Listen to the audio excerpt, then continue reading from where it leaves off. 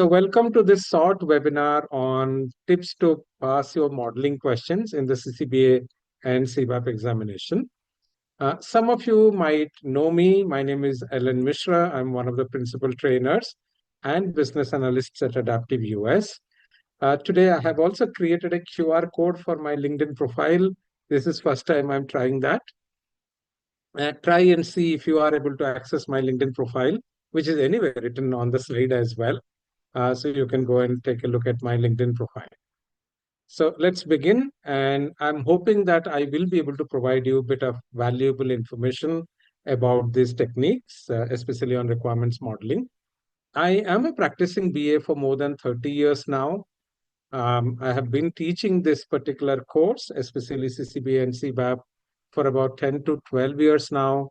Got about 6,000 students trained on BABOK itself, and maybe another 4,000 students on other topics. Like I've taught previously project management courses. I've taught Six Sigma courses, Lean Sigma courses.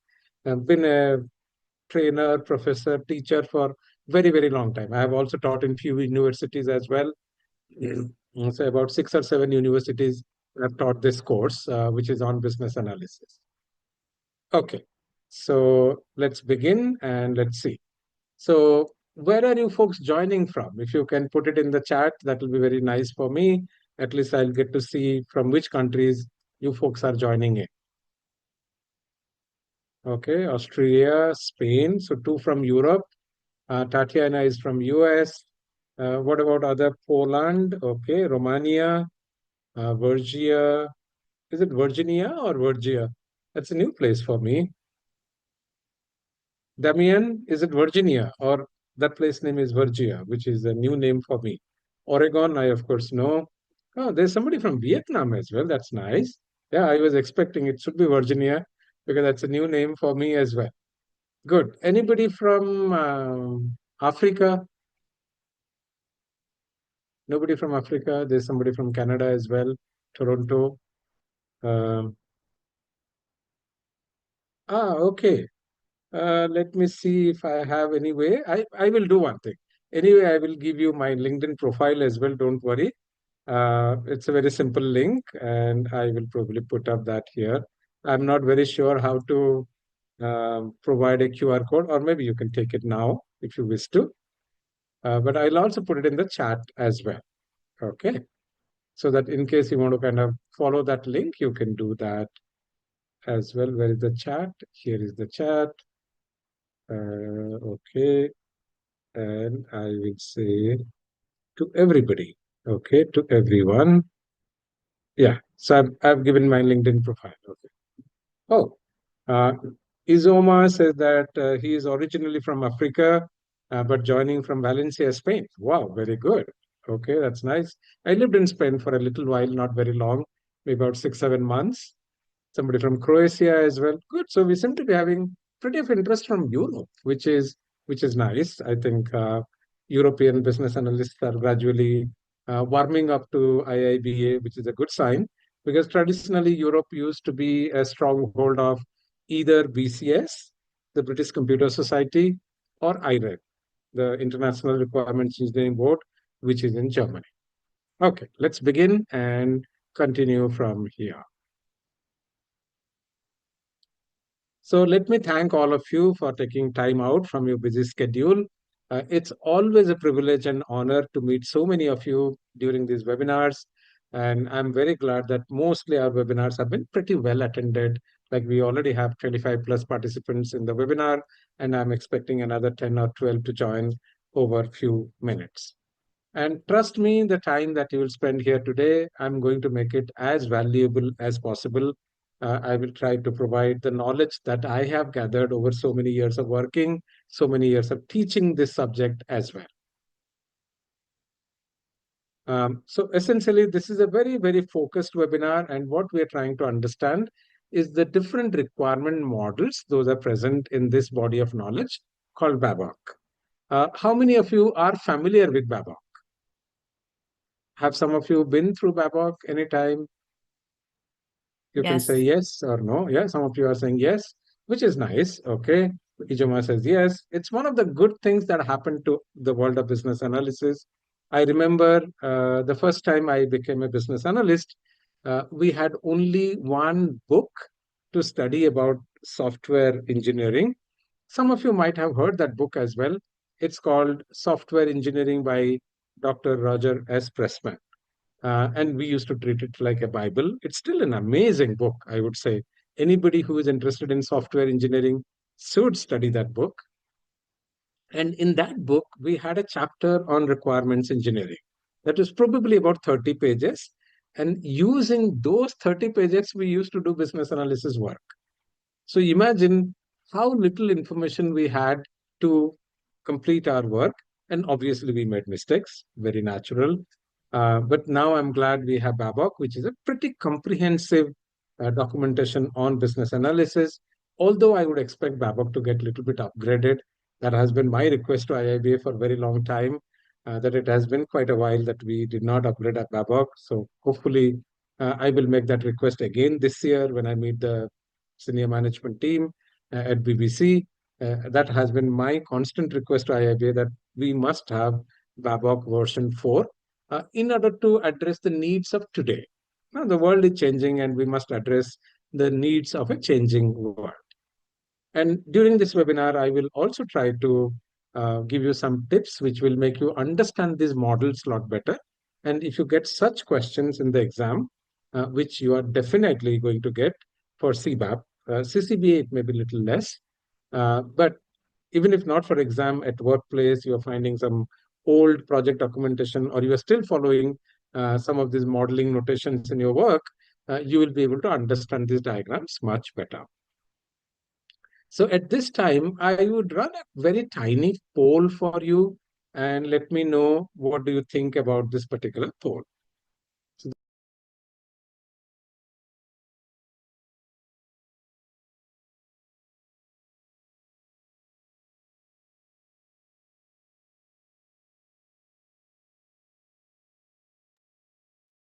I can't hear you. my bad. I think I muted audio by mistake. Okay, so you have been to the market and you're trying to buy a smartphone for yourself, and you have two options. One, you have a branded cell phone or a smartphone at USD 900, and you have an unbranded cell phone at USD 800. Which phone would you buy? So I've got about 11 responses, maybe a few more. And one of you say you are going to buy the unbranded phone, which is understandable. Sometimes price does play a role. But what I can see here is most of you would actually go ahead and buy the branded phone, even if you have to pay a little more. No, it's the usual human psychology. We would trust a brand. No? Apply the same thing to you as a product. Are we all products or not? We are all products. We are in the marketplace. No? Somebody is paying me some money for getting work done. Maybe I can charge $150, $200, $250. Maybe if you are an expensive product, like you are an amazing business analyst, maybe somebody will pay you $500 an hour. Hmm? There are people who command a lot more than $1,000 an hour easily because they have proven themselves. And this is what I wanted to communicate to you. And I will reconnect this story at the end. So don't worry about it. Just to kind of get an idea that people do value branding. There is no doubt about it. So I'm going to end the poll now because most of you have attended, which is fine. So let's go back to our presentation and see what we are going to cover. Again, another interesting announcement for you. If you stick to the end of the webinar, you could get as high as 500. In fact, not 500, 550. I made a mistake here. $550 worth of coupon for CBAP if you stick to it. Not all coupons are equal value. Some coupons could be a little less, but it could go as high as 550 for those of you who are going for CBAP examination. Um, just a quick note, I think most of you might have heard me somewhere, might have read a blog written by me. I've been in this profession for 30 plus years. I've been very closely associated with IIBA for about 13 years now, maybe a little over 13 years. Assisted about 2,100 professionals to get IIBA certified, which I would consider to be a world record. To my knowledge, I haven't known any other faculty or trainer who has got so many students certified for IIBA. I also happen to be the world's first BA to hold all 7 IIBA certifications. And nobody can beat me right now because there aren't any more certifications available from IIBA. And I also have been part of IIBA standards writing team. Like I was part of this new BA standard that got released in 2022. And I was also part of the CCBA exam committee where the questions are prepared. And most of my time goes in training, writing, and blogging. That's what I do for my living. Good. So I think let me ask one more question to all of you. Uh, most of you might have heard this term called model. No? What is a model, and why do we have models? Anyone? Any clue what are models and why we have models? So I have allowed you to speak, most of you. Anyone would like to speak? Most of you can speak. Yeah. An abstraction of reality, which is okay, one good definition, but it's a very complex definition. In simple terms, a model represents some reality, but in a manner which can be understood much better. No, that's what is a model. Okay. So if I ask you the next question, how old is the concept of modeling? Is it something new, like we have learned it over last few years, or they have been there for a very long time? Not new at all, very long time. Very true, very true. It has been there for ages, maybe thousands of years. Hmm. So I trust you can see my screen, but let me just make sure that I'm sharing my entire screen, not the PPT alone. Just give me a second there, and I will share my entire screen so that I have some flexibility to go to internet and try some data from there. Okay, so I was born in a temple town in India, which is called Puri. Few may know this place, but most of you may not know this place. It's a temple town, very nice place on the sea beach. And in fact, if you go to this particular small town, you have a magnificent temple. Okay. And this temple is about, oh, sorry. Yeah, this is the temple, how it looks. This is close to 1,000-year-old temple. So my grandmom used to live there. So when she was alive, I used to go to this place quite often. And when we go to the temple, we also take a round of the temple as a practice. So while taking the round around this particular tall temple, I found something interesting. I found another temple, which is a tiny replica of this giant, magnificent temple. And that replica was only 3 feet tall. So I kind of got a little curious. What is this 3 feet temple doing here when we have a 300 feet temple? So I asked a person there, a priest there, what is this temple about? So the priest told me that that was the first temple which was built. Okay. So the architects of those You're times muted again. realized, oh, 1 second, sorry. Maybe I did some button click which is not right. Can you hear me now? Yes, we can. Okay, maybe I kind of closed it or something. So what the priest told me is that the architects of those years, 1,000 years back, they realized that a tall structure is always susceptible to structural imbalance.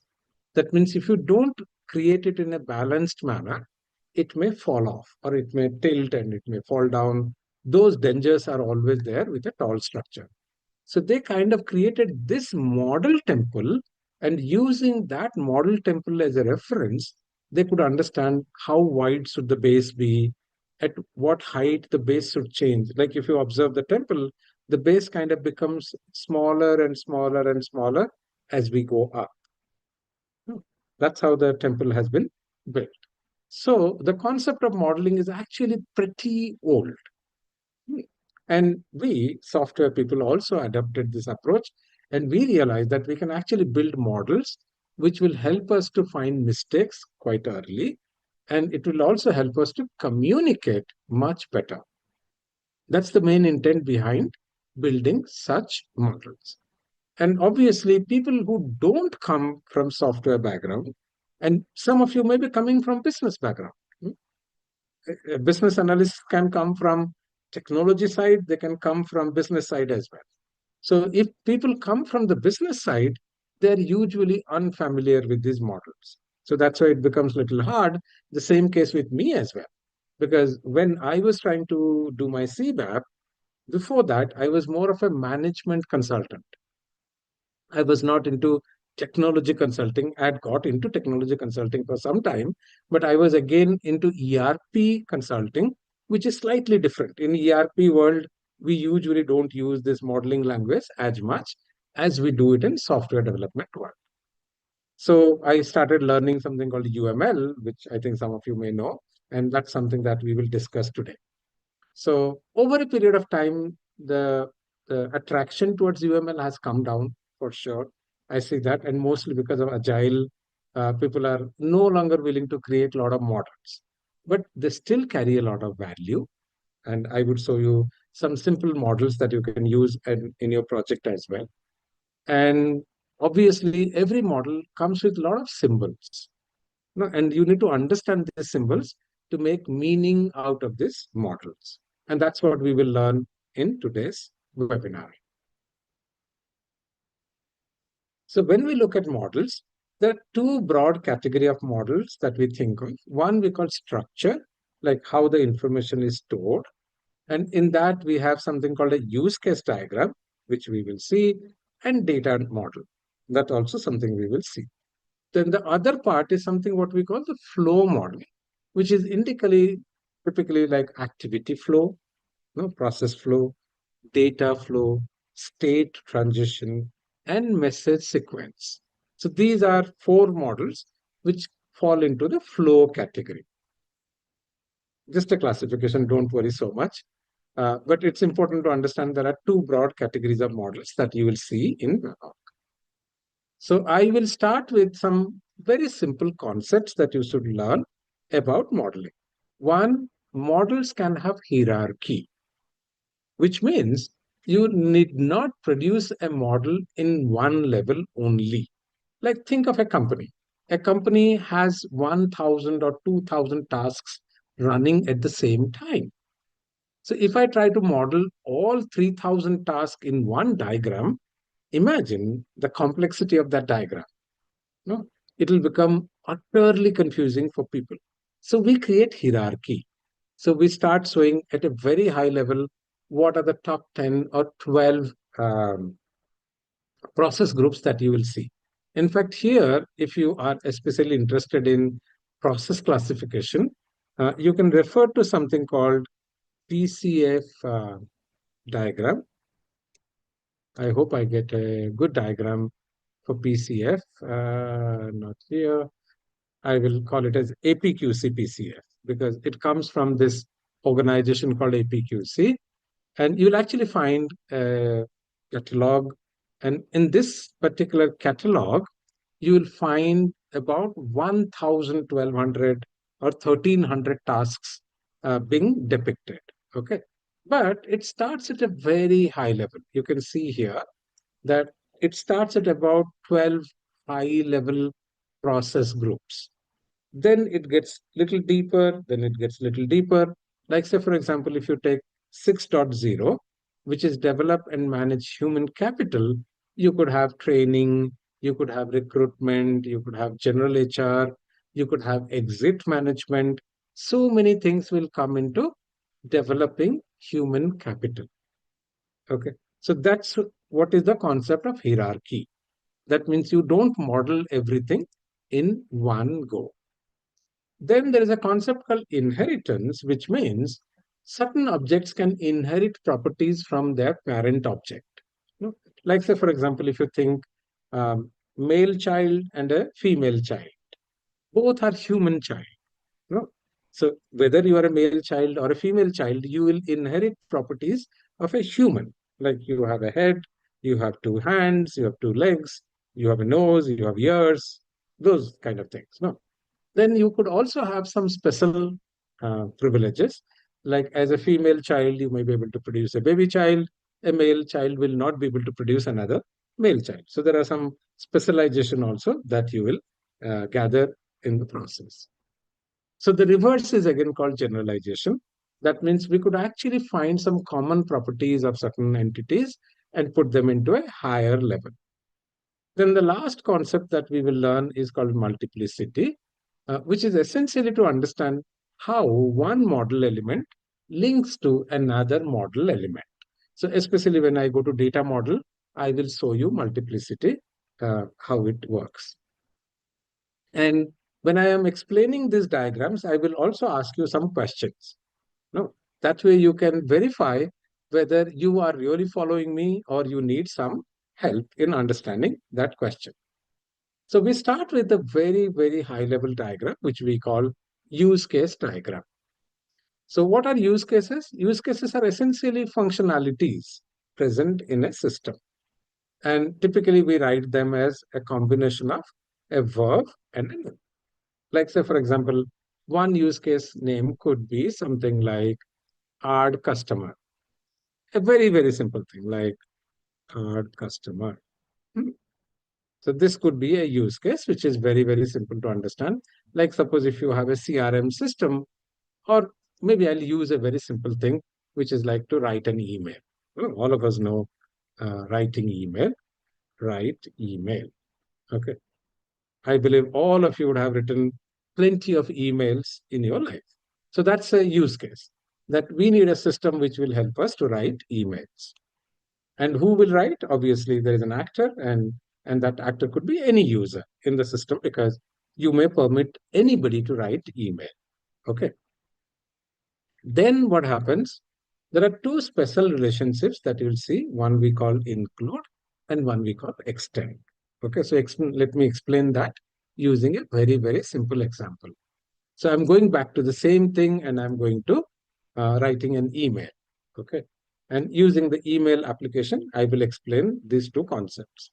So let me start with a particular word and please observe the spelling as I am writing. Hmm. So I'm just making it a little bigger so that you can see the spelling, maybe hues. Hmm. Okay.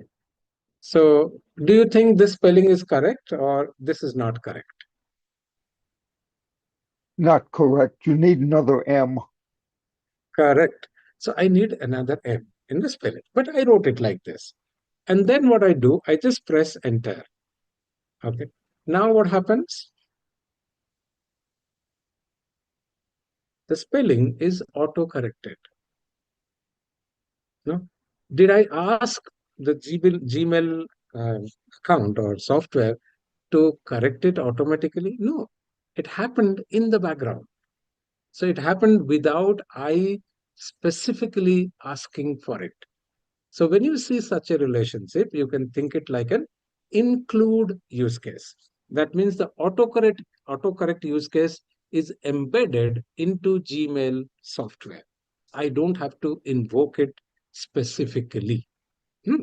But I will show you another functionality which exists in the product, but that I have to invoke. Okay. So look at this one. I pick up this one called insert signature. So like I'm doing this webinar and we do these webinars once in a while, and I would like to promote this webinar for my student community. No? So I have created a simple thing, like there is an icon, image, all that I have created, and I have given a link to the webinar as well. So if you observe this particular functionality, I invoked. No, it didn't happen automatically. I asked Google saying that can you include or can you extend my email capability with a signature capability? So such capabilities are called extensions. That means they don't happen by design. Well, they're coded, of course, but they are being invoked based on user decision. So that's what you can think it as extension functionality. So include happens automatically, and extension is something that you invoke. And every use case diagram, you have a system boundary, which is essentially this. And I would also like to tell you one more boundary, which does not exist in BABOK, but it is useful to know. And that boundary is called context boundary. Okay. So what you could do, you could draw another boundary around it, and I'm giving it a different color, and I'm not making it fill so that you can see the boundary. Hmm. So this external boundary, a lot of people call it as context boundary, a term that can be helpful for you to know. Although BABOK doesn't talk about it, but it is still very important concept to know. So what's a context boundary? Context boundary tells us what is within my context of discussion or analysis, and something could be out of my context. That means I don't worry about that context. Like I could have an actor here who does not interact with my system. Hence, it is beyond my context boundary. It's as simple as that. This is something I learned from another standard, but I really loved that particular knowledge. So I said, okay, at least let me share this knowledge with you, because maybe for you, when you are developing use case diagram, you can also have context boundary as part of your diagram. Okay, now that we have looked at use case diagram, let's try solving a couple of questions on this particular diagram. And what I'm going to do, I'm going to ask one of you to take it up first, and then I can ask somebody else to pick it up. Okay, so I have picked up Kish, Kish. Kish, would you like to take this question? I have enabled you to speak, so you can speak. Okay, in this diagram, which actor do you folks think have the maximum privileges? Anyone?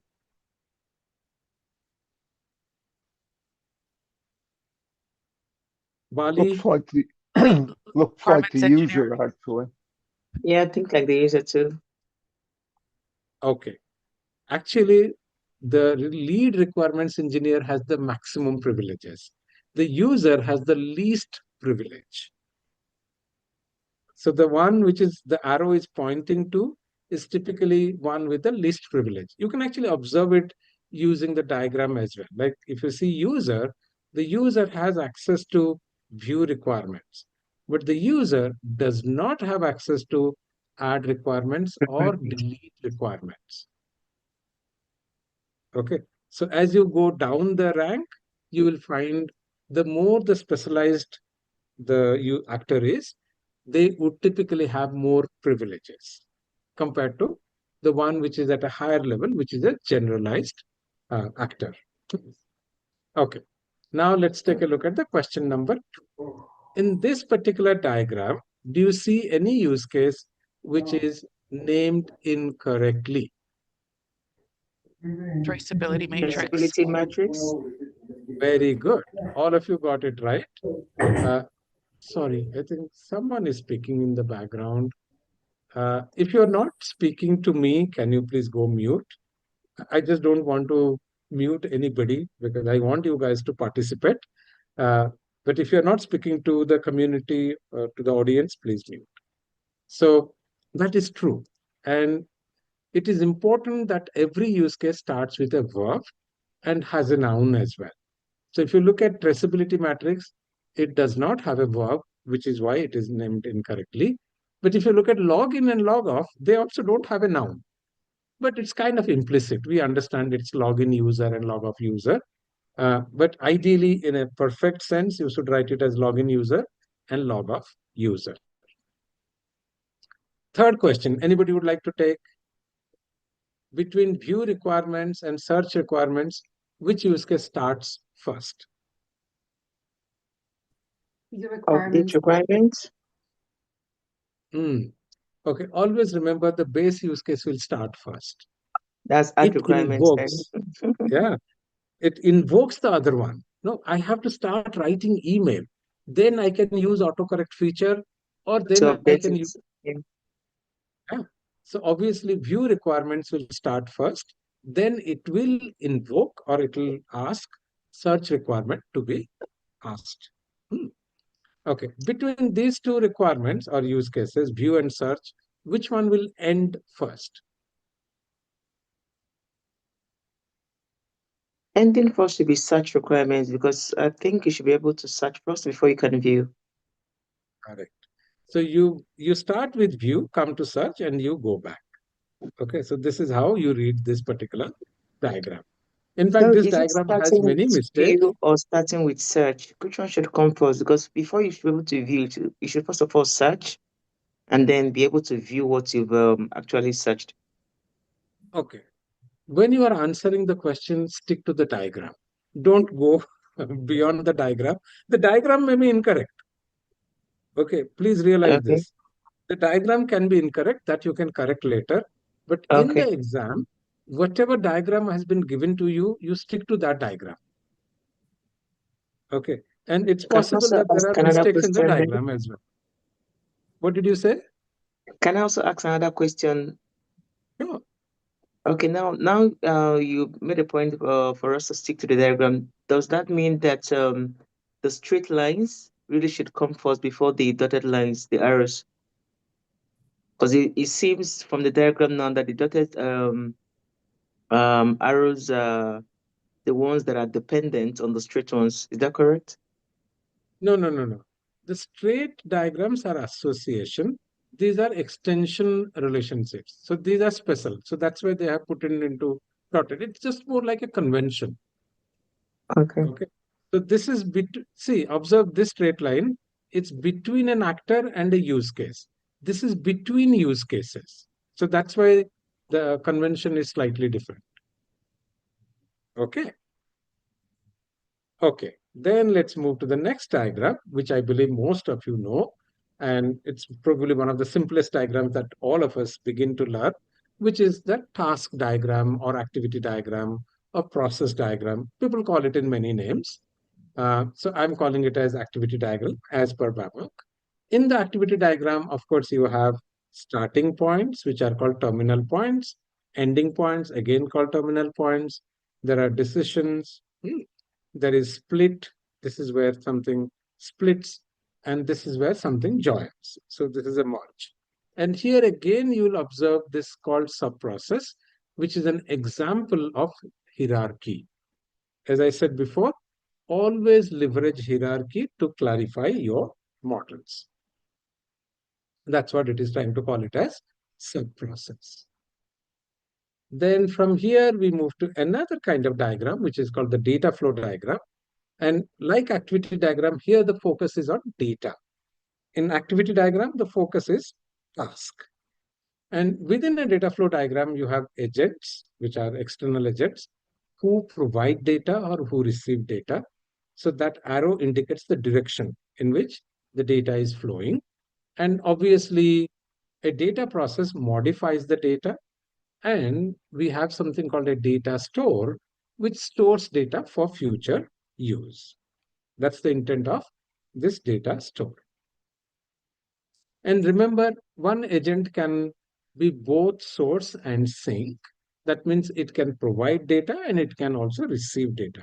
Sometimes one agent could only be providing data or only receiving data. So all possibilities exist. Okay, then we come to another diagram, which is, I had a lot of difficulty with this diagram because I never created this diagram as part of my project work, and it seems to be a bit technical to me as well. So when you read this diagram called sequence diagram, read it as message sequence diagram. So fundamentally, we are talking about different messages that gets passed on between different systems or objects. So here, the object one is probably is your user interface, which is getting some input from users. And that information is passed on to another object. Okay. Like, say, for example, I can take a very simple example of a travel booking portal. So I use a portal called Travel Perk. It's a corporate travel booking portal. And suppose I'm planning to travel somewhere. So I will go here and I will log in, of course. Right now, it will log me in because I have logged in before. And then what it will tell me, it will ask me, where do you want to travel? So here I have given, I want to travel between Bangkok to Hong Kong, between say April 7th to April 13th, and I want to fly economy, and I want to give this information that search direct flights only. So this is the message details from where to where, when to when, which category of seat that you want or travel. And then you are saying that give me only direct flights because you don't want to. And it mandates that I should have a traveler. So I'm adding myself as a traveler. And then I say search flight. So now what it is going back to its system database and it is collecting that data. Okay. Saying that, okay, what are the flights available? And this information is passed back to the UI. Okay. So that is what is being depicted here. So I sent certain message and I got back the response. And if you observe, I got the response pretty quickly. No, I just did a request. In 5 or 10 seconds, I got the response back. So that's why we call this as synchronous message. Okay. Whereas sometimes you could have an asynchronous message, which means you provide some data, okay, but you don't expect a response back, especially when you are dealing with a system which is more like a data warehouse, where you don't expect a response back. That's what is called an asynchronous message. But remember, async systems are very, very efficient because they are not providing a response quickly, so they can utilize your resources very well.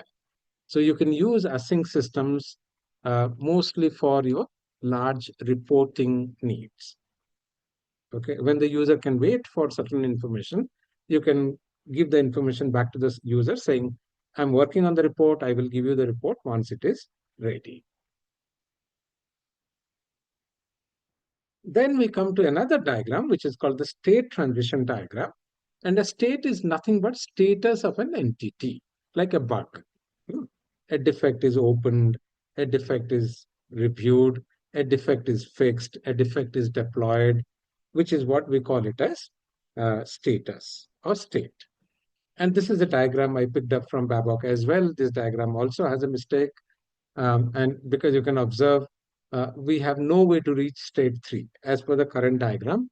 So I have requested a change in the diagram saying that this arrow may be pointing towards this rather than pointing towards this. Okay, then what I would do, I would again ask you very simple questions on the state diagram. Would anybody like to take question number 1? Like, can a requirement in reviewed state be cancelled? No, it has to go to in progress before. Okay. But observe the arrow from where I have drawn the arrow. See, if you look at this is a state hierarchy. So this is your upper state or super state. This is again another super state. So this Sorry, cancellation understand. is beginning. Yeah. The Yeah, got it. cancellation is beginning from here. So that means what I'm saying here that I am willing to cancel a requirement irrespective of its condition being on hold, being open, being reviewed, being in progress. Okay. So we can cancel a requirement even if it is a reviewed state or any state. Next question. Can a cancelled requirement be reopened? Nope, because there's no state called reopen there. Very good. So I don't have a reverse arrow. That means once I land into inactive requirement state, I lie there and I have no choice to go back. But it again depends on the company policy. Maybe in your policy, company policy, you may allow a reverse arrow as well. So go and talk to your stakeholders and figure out what's the rule that they would like to follow. Next question. Can a requirement in reviewed state be closed? Nope. No, because only a requirement in progress state can be. Progress. Yeah. Yeah, very good. I'm glad you guys are reading the diagrams very well. And the more comfortable you become in reading these diagrams, it becomes easier for you in the examination as well. Then we come to one more diagram, which is called the class diagram, which is part of our data model. And you have two kinds of diagrams in data model. One we call ER diagram and one we call class diagram. So anybody understands the difference between ER diagram and class diagram? What is the major difference between them? Class diagrams have operations, CR diagrams do not. Very true. Very true. ER diagrams have only attributes. They don't have operations, whereas class diagrams have both. And that way, class diagrams are much more closer to real life objects compared to entity relationship diagrams. And when you look at this class diagram, this is when you encounter this concept called multiplicity. And what does multiplicity mean? It means a particular class may be associated with another class by a certain number. Say, for example, I have taken one example of a class called grade, like the class grade, and we have another entity or class called student. So if you read from grade to student, at the far end, you observe the number, which is 0 dot dot star, which means a grade can be associated with 0 or many students. Okay, that's how you read this particular diagram. The reverse way, if you observe, you can also see that a particular student can belong to only one grade. The student cannot belong to more than one grade. Now, if I ask you, do you see any mistake in this diagram? This is a diagram I picked up from BABOK. Do you see any mistake?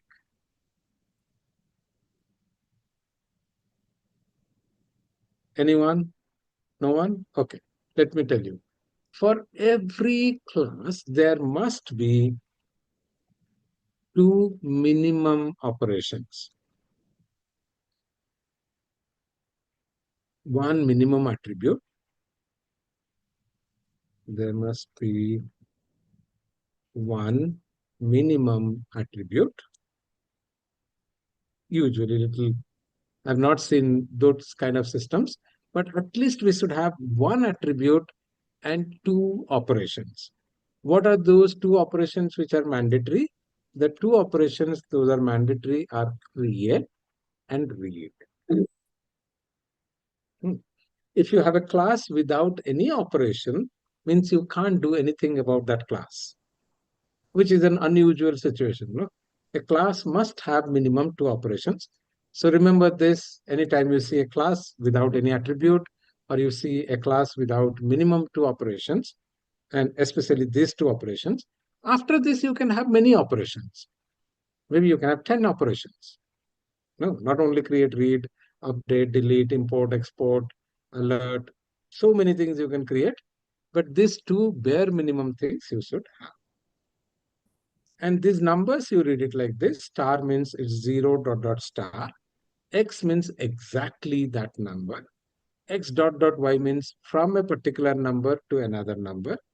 1 dot dot star means it starts with minimum 1 and goes up to any number. That's how you read the multiplicity. Now that you understand this diagram a little bit better, let's try answering few questions. Question number 1. Is it possible that a user does not belong to any project as per this diagram?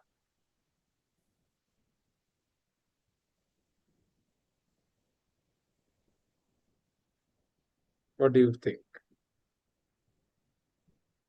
Anyone? I think No? no. Yes. See, Yes. look at the user to project. What is the number that you see? You see 0 Zero, dot zero. dot star. So that means a user may belong to 0 projects or many projects. Okay. Question number 2. Can we import defects to this particular application or system? Yes.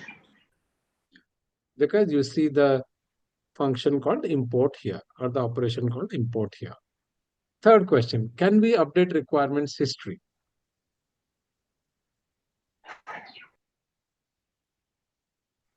No. No, No. because there is no update operation here. So we can't update requirements history. And requirements history should not be updated as well. No, it should only be added and read. Good. Okay. So I have another 10 minutes. So I'll quickly talk a little bit about adaptive, give you the coupon codes, and maybe if I get few minutes more, I will answer some of your questions. So obviously, there are some important announcements that I want to make for all of you. If any one of you or any of your friends are going for ECBA examination, the ECBA examination is changing from July onwards. That's the hint that we have got from IIBA. So it is more practical for students to come to take the exam before end of June. That way, they are still studying the old syllabus. They are not studying the new syllabus.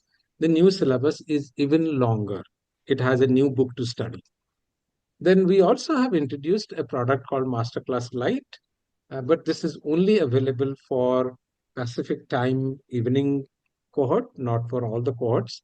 So if you wish to take advantage of that, it comes with all our digital resources plus live training, and it comes at a significantly lower price point. Like the ECBA Masterclass Lite is only $280, the CCBA one is $420, and the CBAP Masterclass Lite is $550, whereas the Masterclass itself is $950. So you're getting $400 off, but it does not come with success guarantee or it does not come with office hours. But it's still a great value product. Then I think all of you know a little bit about us. We have been in business for about 8 years now, completed about 500 workshops, got about 2,100 BA certified, and we have been delivering courses uninterrupted for 60 plus months now. That I would consider to be really a good achievement on our side. And we are possibly the only training institute in the world which offers all 7 certifications. Most others provide 1, 2, or 3. Then this is what we do. We provide you high quality content.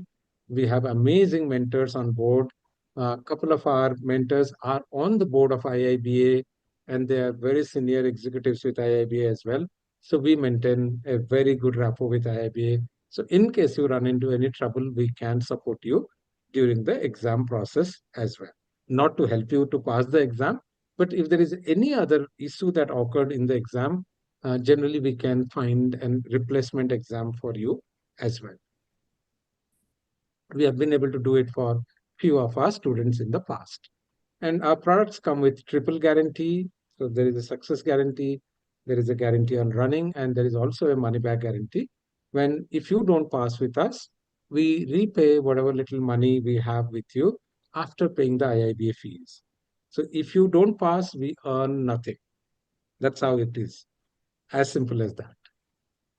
Okay.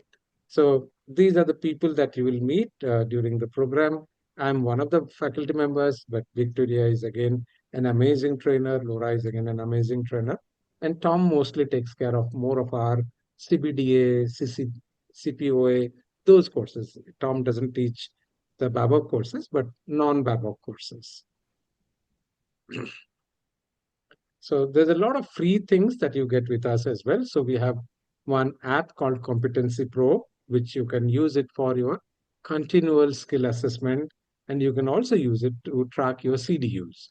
Like you're attending an event, you earn some CDU, you can track it through that particular tool. Lots of free resources on thinkific.adaptiveus.com, which is essentially our learning management system. Then these are the upcoming live trainings that we have.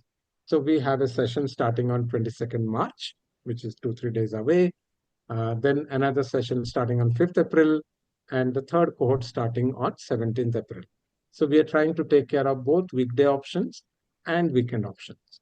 And you can also save good amount of money on your CBAP exam voucher or CCBA exam voucher or ECB exam voucher by buying something called an exam bundle.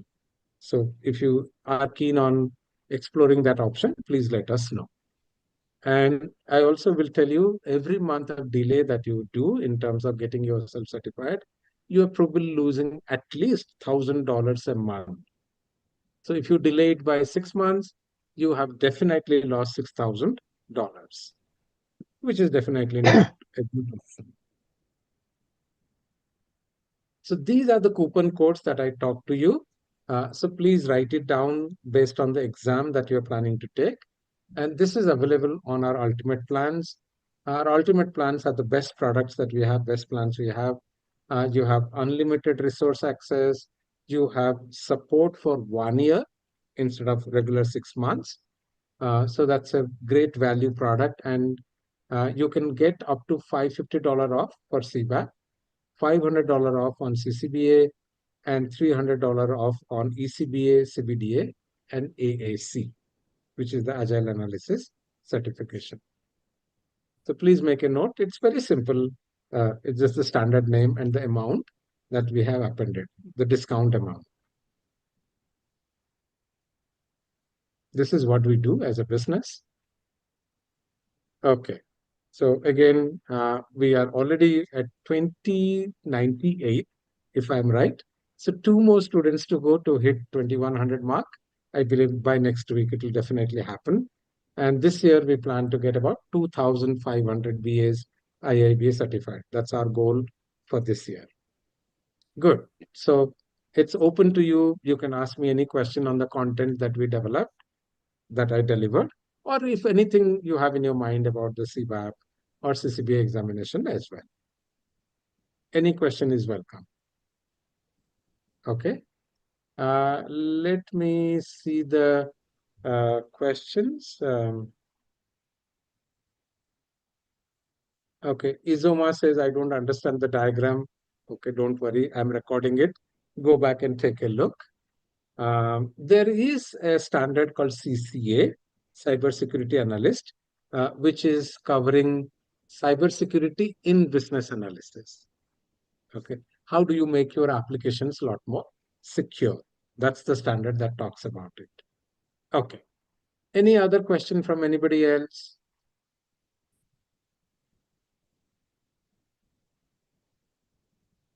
I asked some of you some questions. I couldn't ask everyone a question because it's hard for me to do that. But it's your chance to ask me any question that you have in your mind. Do Or you if have you any folks, students from UK?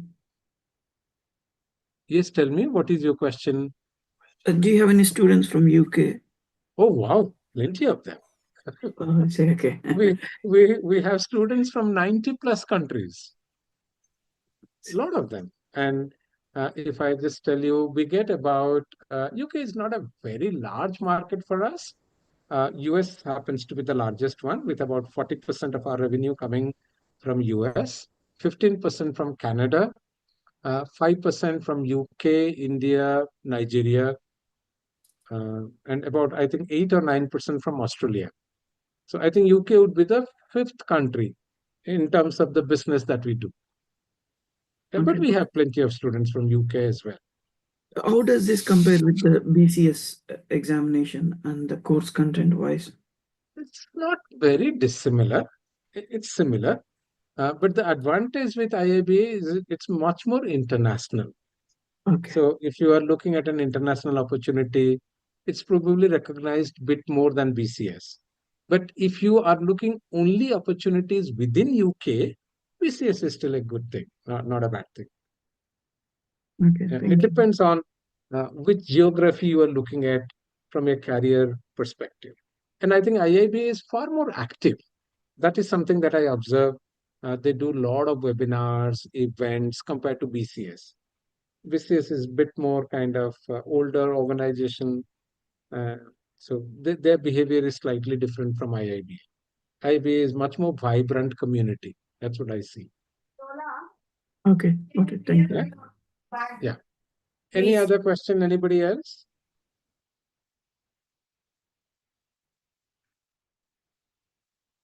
All good? Okay. Then let me thank you again once more. And just to go back to the story that I started with, the branded phone versus the unbranded phone. If you get certified, you become a branded business analyst. And trust me, as a branded business analyst, you will always command a premium. And the premium could be 10, 15, 20, 30, 40, 50, up to 100%. We have had students in the past who got 100% hike in their salary. So have no doubts, there are plenty of stories to read. You can reach out to people in your city, country, and I'm quite confident you will find some adaptive student near your place, for sure. Because that's 2,100 certifications, no? It's a good number of certifications that we have done. So talk to them, understand what value they have got. Very few, very few people come back and say they did not see much value, which I doubt. In fact, we did a survey and we found 90+% found value, if not in terms of salary, in terms of confidence. When you go through a formal training, a certification program, you will feel lot more confident about your work. That's a benefit is given. And on top of it, you may get better salary, better role as well, which happens to about 60% people in 1 year's time frame, which is quite nice, quite amazing. Yeah. Okay, thank you all and have a lovely day. And I hope you guys can connect with me on LinkedIn. I gave you my LinkedIn URL. And you can also write to us at CS, which is Customer Success ID for us, cs@adaptiveus.com, or you can also call us on +1 877 872 2860. We do have a UK number and an Australian number as well. If you want to call them up, you just have to go to our website and look for the contact us page. Yeah. Thank you so much, guys. Have a lovely day and bye-bye. Bye. Thank you. Bye-bye. Bye-bye.